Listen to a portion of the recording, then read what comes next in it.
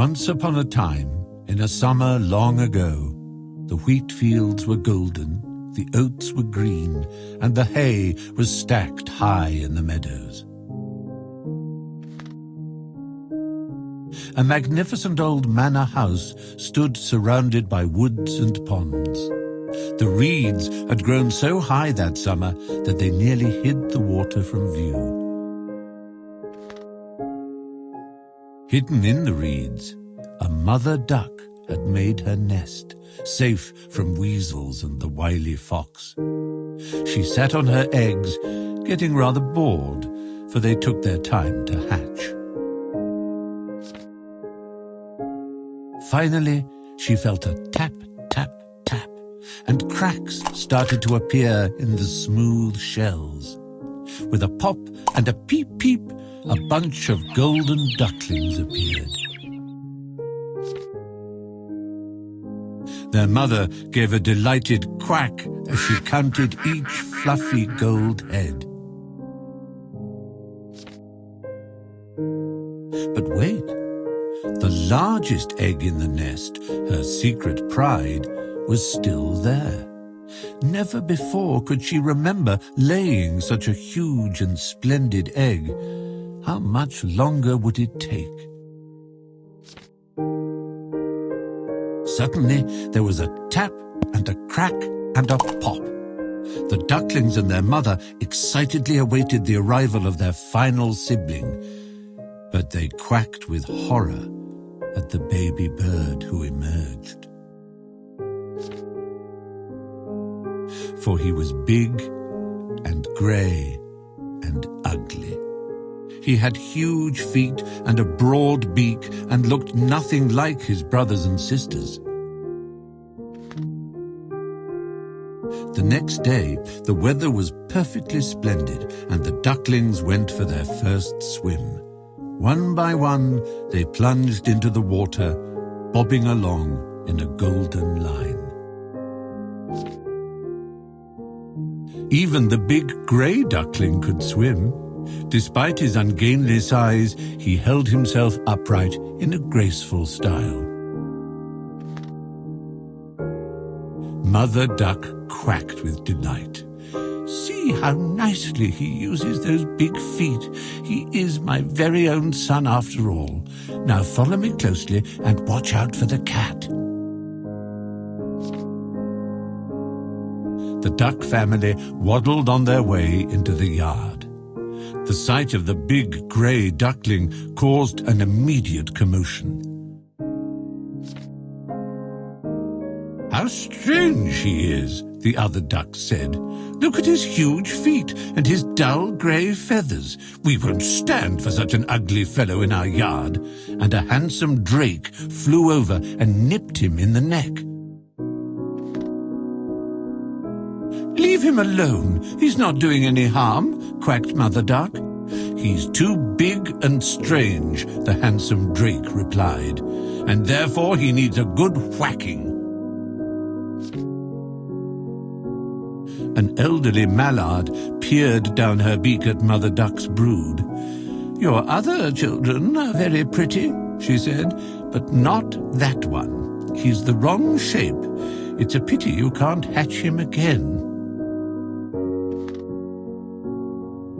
Mother Duck was sad.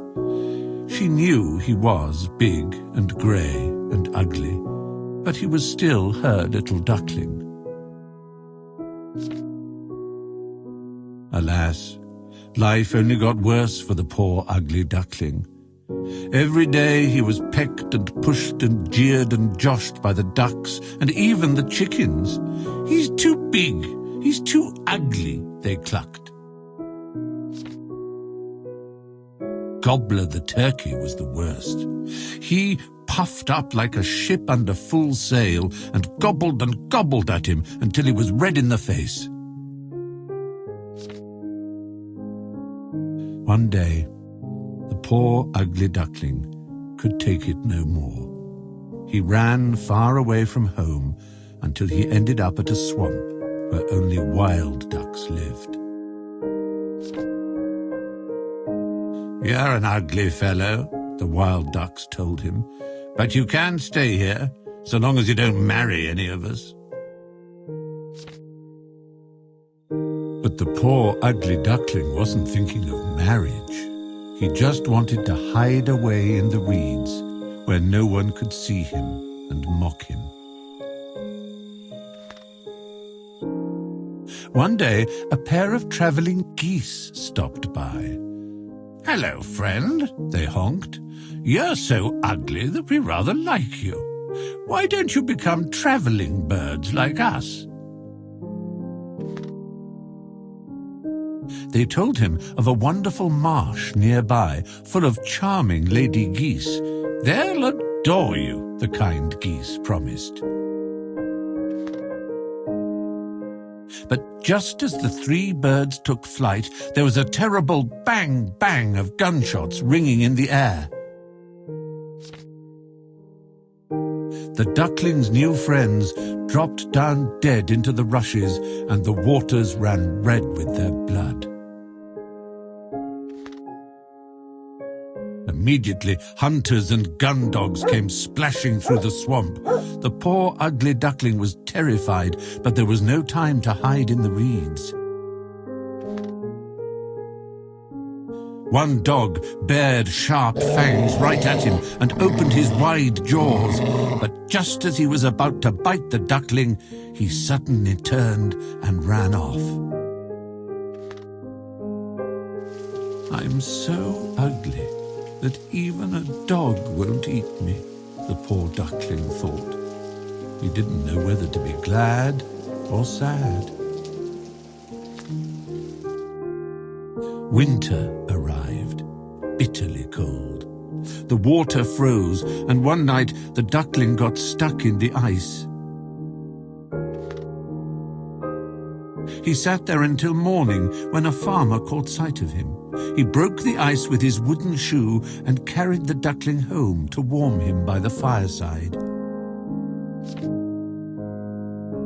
But the duckling was terrified. He fluttered into the milk pail, splashing it all over the room, and landed in the butter tub. The farmer's wife was furious and chased him out into the cold. Back in the swamp, he spent a long and lonely winter, struggling to survive. At last the snows melted away and the larks began to sing. It was spring, and the duckling unfolded his wings. They were bigger and stronger than before and carried him high into the air. Before long, he found himself by a lovely lake, surrounded by lilacs and apple blossom. 3 magnificent swans, white and graceful, swam there. Their beauty filled the ugly duckling with despair. "I'm so drab and grey, they will peck me to death," he thought. "Though perhaps it's better to be killed by these majestic birds than scorned and starved." He bowed his head in misery. But as he did so, he suddenly saw his reflection in the water and got a shock. His ugly feathers were now snowy white. His neck was curved and slender. He had grown into a swan. The other swans glided over to him. Instead of biting him, they stroked him with their beaks. Nearby children shouted with joy at the sight of him.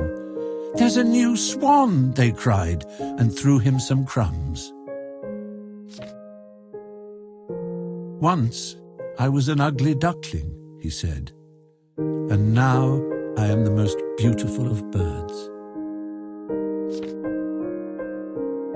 But because he knew what it was like to be shunned and bullied, he was never cruel to another creature, and became the noblest of swans that ever lived.